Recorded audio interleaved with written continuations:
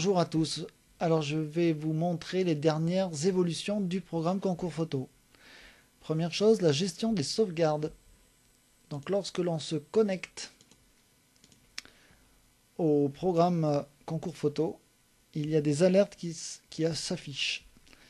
C'est-à-dire que le programme compte le nombre de minutes d'utilisation par l'opérateur et à partir d'un certain quota, dans le cas présent 20 minutes, il va alerter l'opérateur comme quoi il y a eu 20 minutes d'utilisation, je précise bien d'utilisation, sans sauvegarde sur des disques ou des clés USB externes.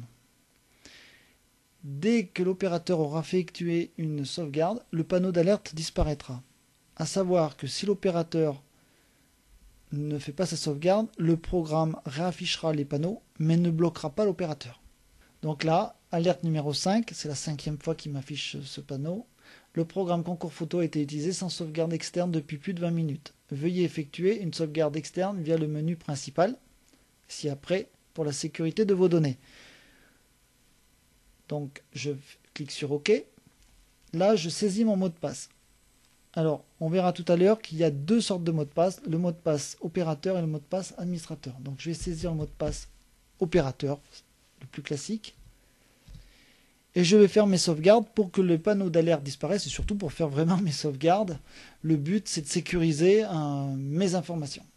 Donc sauvegarde externe des bases sur clé USB ou disque amovible. Donc, je clique dessus. Là, un nouveau panneau s'affiche. Il me dit « Veuillez insérer une clé USB ou un disque externe ». Ça permet de ne pas oublier de mettre la clé USB tout simplement. Donc je mets la clé USB dans la tour. Il a détecté la clé USB. Ouvrir. Voilà, donc c'est le lecteur H. J'ai des sauvegardes déjà qui sont présentes dessus. Donc je clique sur OK.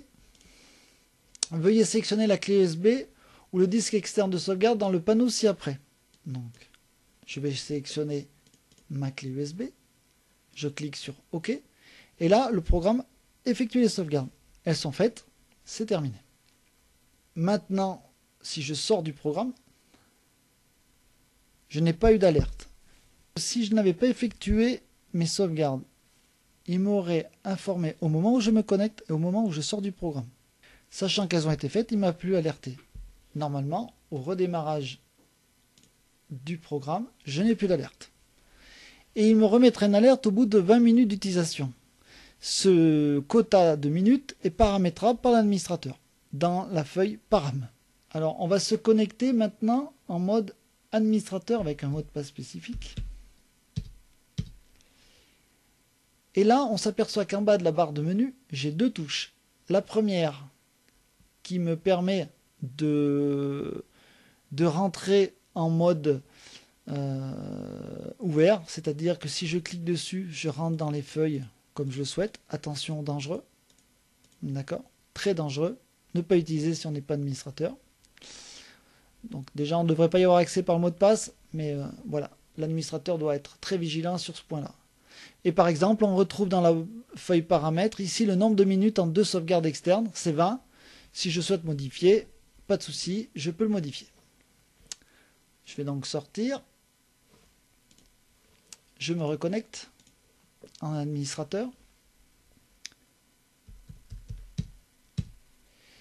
J'ai une autre touche ici, import des données. Donc là, je clique dessus. Je vais vous expliquer à quoi ça sert. L'import de données permet de réimporter dans le programme des sauvegardes, par exemple, qui ont été effectuées à une date dans le passé. Ça peut servir, entre autres, à faire les migrations de programmes. C'est-à-dire qu'on amène la nouvelle version sur le poste, sur un portable par exemple, et on réimporte les bases de données saisies par les opérateurs. Donc, le programme indique qu'il faut effectuer des sauvegardes en local et sur des supports externes avant d'effectuer les imports de données. Ça tombe bien, on vient de faire les sauvegardes sur la clé USB. Les sauvegardes en local ont été faites quelques temps avant le tutoriel. Donc, je clique sur OK.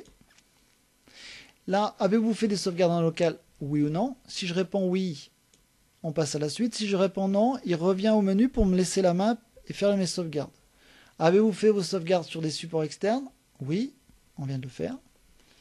Et là, il va me demander où sont situés les fichiers à importer dans le programme. Donc il suffit de cliquer sur parcourir. Et là, on va importer le fichier colis.